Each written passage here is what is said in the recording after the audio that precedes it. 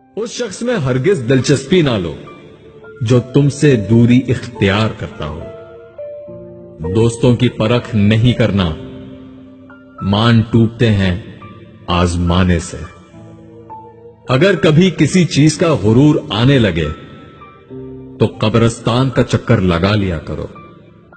वहां आपसे भी बेहतर इंसान मिट्टी के नीचे दफन है। वक्त के साथ बदलने का हुनर तो हर कोई रखता है। मजा तो तब आए कि वक्त बदल जाए और इंसान ना बदले।